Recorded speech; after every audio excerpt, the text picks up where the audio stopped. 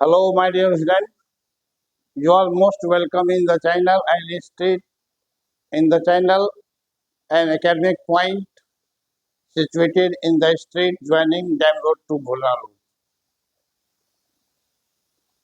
Good morning, dear friend. I am fine and hope you all are doing well. Today I am going to discuss about the torque acting on the electric dipole placed in uniform electric field. हाँ तो दोस्तों हम बतलाने जा रहे हैं कि electric dipole को जब यूनिफॉर्म इलेक्ट्रिक फील्ड में हम सस्पेंड करते हैं, लटकाते हैं, तो उस पर एक टॉर्क लगता है। नहीं, जो टॉर्क क्या करता है, उसको डायपोल को घुमाता है। जैसे यही डायपोल है मान लीजिए, और ये इलेक्ट्रिक फील्ड है। इस तरह से ये इलेक्ट्रिक फील्ड का डायरेक्शन है, ये इलेक्ट्रिक फील्ड का डायरेक्शन, और ये डायपोल का डायरेक्शन। यही डायपोल मान, डायपोल समझ रहे हैं ना। डायपोल का मतलब कि जब दो इक्वल और अपोजिट चार्ज एक कलम के दोनों एज पर रख देंगे तो यही कलम क्या हो जाएगा, इलेक्ट्रिक डायपोल हो जाएगा। ठीक है, तो वही डायपोल। तो अब प्रश्न है कि टॉर्क समझे। टॉर्क का मतलब होता है बल आघूर्ण, और बल आघूर्ण दोनों सेम चीज है। थोड़ा सा डिफरेंस है। क्या डिफरेंस है कि बल किसी बॉडी पर लग करके उसमें रेखीय गति उत्पन्न करता है, एक यूनिडायरेक्शनल मोशन उत्पन्न करता है। लेकिन टॉर्क बल आघूर्ण क्या करता है कि वह कि मतलब के पॉइंट ऑफ एक्सल के अबाउट वह क्या करता है, घुमाता है। मतलब वह बल जो घूर्णन गति, किसी वस्तु में घूर्णन गति उत्पन्न करे, उसी को कहते हैं टॉर्क। ठीक है, और टॉर्क का फॉर्मूला तो 11 में ही पढ़ के होइएगा कि टॉर्क बराबर टॉर्क का मतलब दो बल लगेगा, एक बल इधर लगता है, एक बल इधर लगता है। ये दोनों बल क्या करेगा, इसको ऐसे या ऐसे घुमाएगा। ठीक है, ये दोनों बल क्या होता है, इक्वल होता है। और दोनों बल क्या है, एक लाइन में नहीं है, दोनों बल रेखीय नहीं है। मतलब इसका डायरेक्शन यहाँ से ऐसे है, इसका डायरेक्शन यहाँ से ऐसे है, दोनों एक लाइन में नहीं है, दोनों के बीच का ये परपेंडिकुलर डिस्टेंस है। इसलिए दोनों बल का वेक्टर जोड़ेंगे तो जीरो होगा, लेकिन इफेक्ट उसका जीरो नहीं होता है। उसका इफेक्ट जीरो नहीं होता है, बल्कि वह उस ऑब्जेक्ट को ना एक्सेल के अबाउट घुमाता है, रोटेशनल मोशन प्रोड्यूस करता है। तो जो बल किसी बॉडी में घूर्णन गति उत्पन्न करता है, उसी बल को बलाघूर्ण कहा जाता है। समझ गए भैया मोरे। तो कहिएगा कि इलेक्ट्रिक डायपोल में दो बल कहां से आया, तो चूंकि ये क्या है, यूनिफॉर्म इलेक्ट्रिक फील्ड है।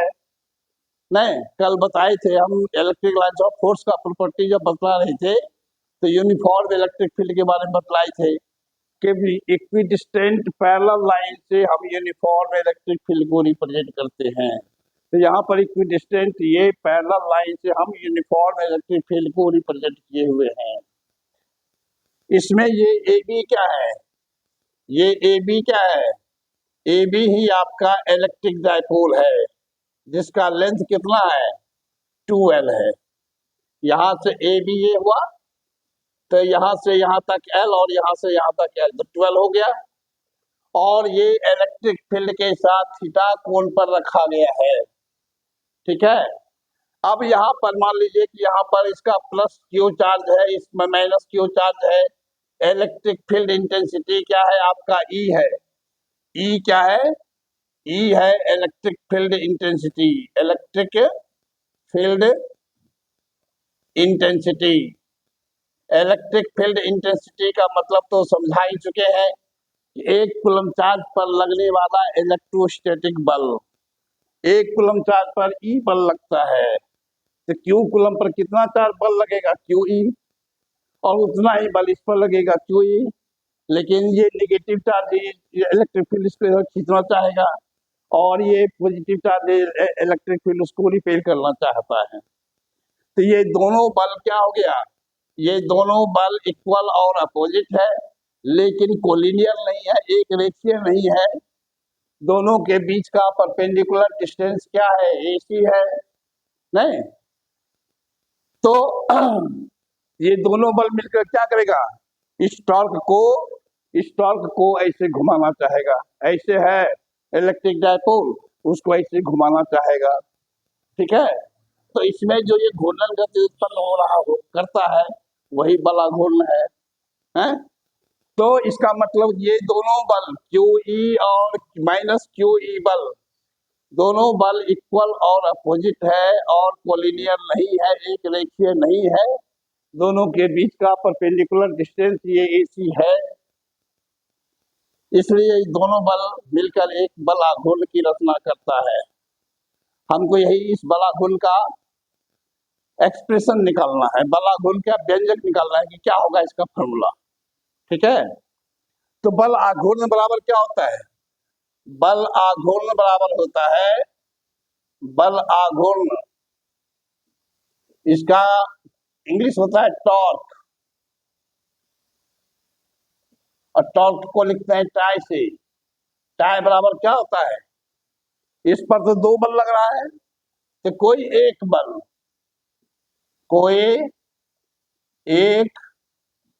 बल गुना परपेंडिकुलर डिस्टेंस, यही फॉर्मूला होता है। समझ गए बात को? क्या समझे? तो बल आघूर्ण का फॉर्मूला होता है कोई एक बल का परिमाण, कोई एक बल का परिमाण। जैसे कि यहाँ पर इसका ये नेगेटिव है, माइनस QE है, लेकिन इसका परिमाण QE होगा। या यहाँ इस पर QE बल लग रहा है, तो इसका भी परिमाण QE होगा। तो किसी एक बल का परिमाण ले लेंगे, और दोनों की दिशा जो है, इसकी दिशा ऐसे है, इसकी दिशा ऐसे है, दोनों के बीच का परपेंडिकुलर डिस्टेंस ये AC हो गया। ठीक है, इसलिए ये हो जाएगा परपेंडिकुलर डिस्टेंस। तो क्या कहेंगे? टाई इक्वल टू हो जाएगा QE इंटू AC। लेकिन हम AC को नहीं जानते, हम जानते हैं किसको? AB को। इसलिए इसमें क्या करते हैं कि QE इंटू AC बटे AB कर देते हैं, AB से भाग दीजिए, AB से गुना भी कर देते हैं। नहीं तो ये AB का मान कितना है? 12 है। तो QE into 2L into AC बटे AB। इस थीटा कोण के लिए ये ट्रेंगल दिख रहे हैं, ABC ट्रेंगल में ये एंगल 90 है ना, और ये एंगल थीटा है, तो ये भी करस्पोंडिंग एंगल थीटा ही होगा। थीटा एंगल के लिए ये क्या हो जाएगा? परपेंडिकुलर हो जाएगा, और ये हाइपोटेन्यूस हो जाएगा। तो ये परपेंडिकुलर हो गया, ये हाइपोटेन्यूस हो गया। तो P बटे H का फॉर्मूला क्या होता है? साइन थीटा होता है। तो ये हो जाएगा AC बटे AB के बदले में आ जाएगा साइन थीटा। ठीक है, तो इसको क्या लिखेंगे? Q into 2L into E sine theta. ठीक है, तो ये क्या हो जाएगा? Q इंटू 2L क्या होता है? डायपोल मोमेंट होता है, P होता है, into E into sine theta. तो यही टाई का फॉर्मूला निकल गया, ये टाई का फॉर्मूला निकल गया।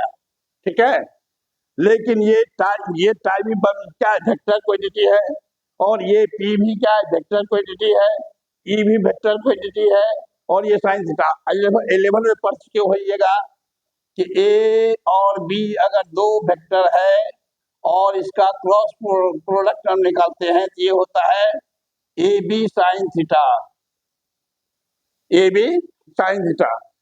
तो A क्रॉस B रहेगा तो हम लिखते हैं AB साइन थीटा, या इसका उल्टा AB साइन थीटा रहेगा तो हम लिखेंगे A क्रॉस B। तो यहाँ पर भी वही बात है, AB साइन थीटा है, तो इसको लिखेंगे टाई कर to P cross E, P cross E। ये हो गया वेक्टर फॉर्म में, ये हो गया वेक्टर फॉर्म में टॉर्क का फॉर्मूला। ठीक है, ठीक है। अब यहाँ आइए, चूंकि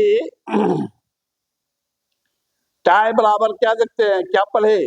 टाइप बराबर हो गया पी ई साइन थीटा में साइन थीटा इक्वल टू 1 रखे, दैट इज 1 कब होगा साइन 90, अर्थात sine theta equal to sine 90, अर्थात थीटा इक्वल टू 90 हो जाए, थीटा इक्वल टू 90 हो जाए तो ये क्या निकल जाएगा, इसलिए टाई इक्वल टू क्या हो जाएगा, रखने 90 रखने पर क्या हो जाएगा, टाई इक्वल टू हो जाएगा पी ई। अच्छा इसमें एक बात और, ई बराबर भी क्या लग देते हैं, एंड ई बराबर 1 लगते हैं, ई बराबर 1 लगते हैं, साइन थीटा बराबर 1 लगते हैं, तो ये क्या हो जाएगा, टाई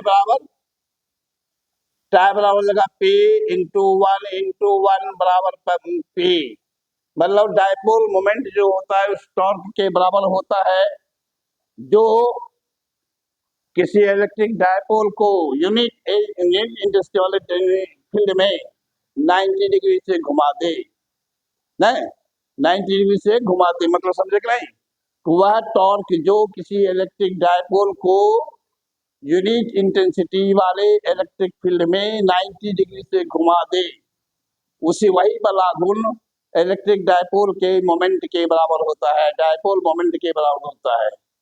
समझ गए, आशा करते हैं आप लोग समझ गए होइएगा कि इलेक्ट्रिक डायपोल का डायपोल टॉर्क का फॉर्मूला, डायपोल पर जो टॉर्क लगता है उस टॉर्क का फॉर्मूला हो गया P E sine theta. P क्या है, डायपोल मोमेंट है, ई क्या है, इलेक्ट्रिक फील्ड इंटेंसिटी है, और थीटा क्या है, angle between the direction of dipole axis and electric field intensity. Thank you. इस चैनल को आप लोग सब्सक्राइब अवश्य करें, वीडियो को लाइक करें और दोस्तों के बीच सब्सक्राइब करें, शेयर करें, और यदि कोई प्रॉब्लम हो तो ये नंबर जो नीचे दिया गया है इस नंबर पर कॉल कर सकते हैं। Thank you.